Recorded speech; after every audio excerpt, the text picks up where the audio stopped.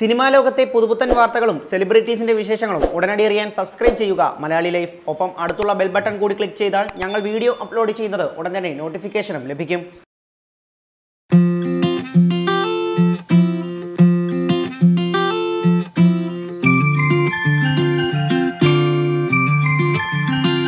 ഇപ്പോൾ മമ്മൂക്കയായിട്ടുള്ള master piece സിനിമയ്ക്ക് ശേഷമാണ് കുറച്ചും കൂടെ ആളുകളായിട്ട് സിനിമ അതിനുള്ള ആളുകളായിട്ട് വന്നത്.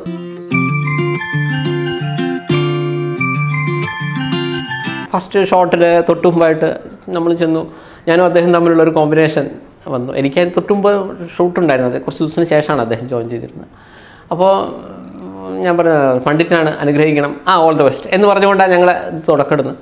എല്ലാം ഒരു ഫസ്റ്റ് അല്ലെങ്കിൽ സെക്കൻഡിൽ തന്നെ, ഫസ്റ്റ് ഷോട്ടിൽ തന്നെ ഭൂരിഭാഗം നടന്നിട്ടുമുണ്ട്. കുറേ ദിവസങ്ങൾ ഒരുമിച്ച് തന്നെ ഉണ്ടായിരുന്നു.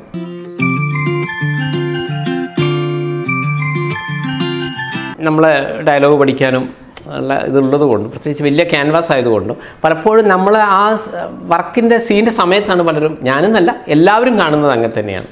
ബാക്കിയുള്ള സമയങ്ങളിൽ പ്രത്യേകിച്ച് ആളുകൾ ക്രൗഡൊക്കെ വരുന്നത് കൊണ്ടും ഫുൾ ടൈം നമുക്ക് അങ്ങനെ ഒരൊറ്റ കുടക്കീഴിലിരുന്നിട്ട് എൻ്റെ സെറ്റിലെ പോലുള്ള ഒരു സിറ്റുവേഷൻ അല്ലല്ലോ അവർ.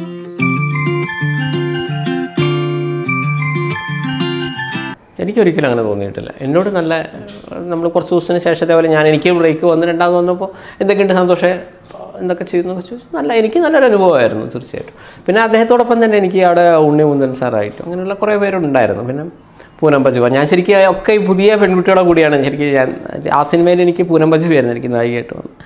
അപ്പോൾ അങ്ങനെയുള്ള ഞാൻ പറയുന്ന കുറച്ച് എക്സ്പീരിയൻസ്ഡ് ആയിട്ടുള്ള ആളുകളെ കൂടെ എനിക്ക് വരുന്നില്ല.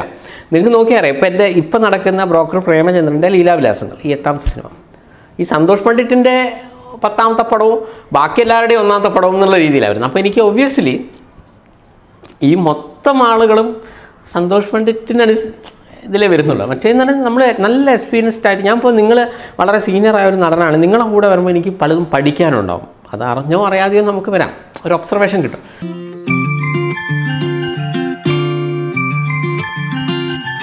ലാലേട്ടൻ്റെ ഒരു ഫാനാണെങ്കിലും ഇതുവരെ കാണാനുള്ള അവസരം കിട്ടിയിട്ടില്ല. പിന്നെ ഞാൻ എന്നും വിശ്വസിക്കുന്നൊരു കാര്യമുണ്ട്, അങ്ങനെ ഒരു എല്ലാവരും യോഗമാണ്, അങ്ങനെ ഒരു യോഗം ഉണ്ടെങ്കിൽ നടക്കും. ഇപ്പോൾ മമ്മൂക്കയായിട്ടൊരു പടം ചെയ്യുക എന്നുള്ളത് പണ്ട് സിനിമയിൽ വരുന്നതിന് മുമ്പ് തീരെ ചിന്തിച്ചില്ല. സിനിമയിൽ വന്നതിന് ശേഷം ചെറിയൊരു പ്രതീക്ഷയൊക്കെ ഉണ്ടായിരുന്നു.